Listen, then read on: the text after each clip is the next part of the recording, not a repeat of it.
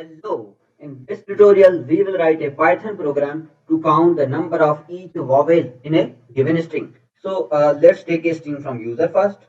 We have S from the user input, enter a string. User will enter the string and then we have vowels. Vowels are A, E, I, O, U. These are the vowels. So when we are taking a string, we just want to lower that in lowercase. If you don't know what lowercase is, let's say I have this uh, Prakash, your K is in capital, lower will make all these into the lowercase form. So I just want to make it to lower form because if there is any capital vowel, that will also be into the lower because I have vowels in lower form. Now let's make a dictionary of every vowel. Okay, we can do that by uh, this is dictionary dot, and if you press tab, you have from keys function. What it actually does is if you press shift tab, I don't know why it's not showing me anything, but it what it does is it takes your values, it takes your keys. So my keys are vowels, and then you can give any value to those keys. So if you do this, this will have, let's say, leave the string for now. You have this output of this code is this. So you have A, E, I, O, U. So it just took keys from this string and then it assigned zero value to each.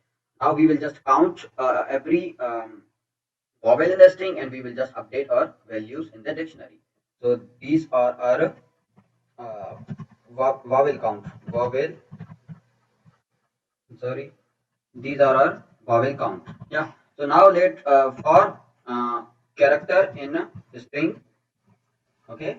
And if that character uh, is in count, is in vowel count, then what we will do? Vowel count and that character. So because that vowel is, so we want to count it plus one. So we want to say plus equals to one. Yeah. So this should work, and we just need to now print our vowel count. Okay.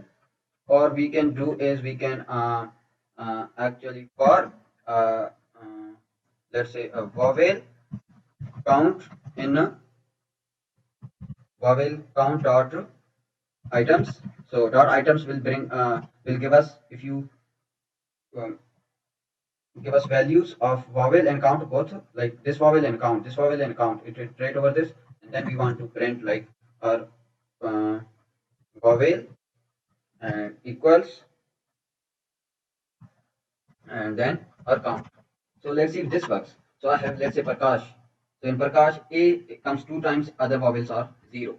So if I have Python is a good pro- programming language, but you but you don't like it, which is okay. So we have 5A, 2E, 6I, 7O, and 3U's. Okay, so let me just walk you through the code and again. What we are doing is we are taking a string from the user and converting it into the lower so that all the characters in the string are in lower form. And then we have created a variable vowels and we have all the vowels in it. Or we can just, what we can do is destroy these variables, and instead of vowels over here, we are just giving our string. Yeah, so let's code now. Okay.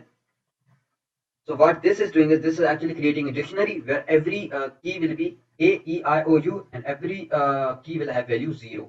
Okay, and then we are taking one character at a time from the string, and we are taking if that character is in our vowels. If it is, we are just adding one to the corresponding value.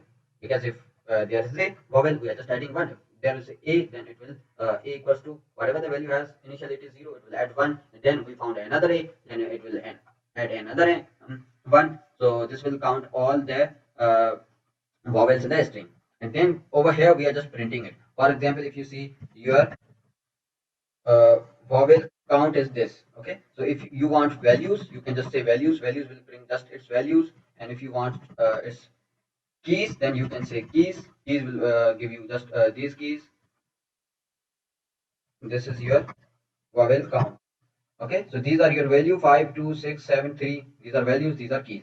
And if you want values and keys both, then you can count dot items. Items will give you both values and keys in form of tuple. So every time it will give us tuple, and tuple will be unpacked as a value and its count. So first is vowel and then count. We are taking both from the items and we are just printing with the vowel and its corresponding count. Okay, so that is it. I hope you have understood the idea. And if you did, please subscribe my YouTube channel. And I'll see you in next tutorial with a new program.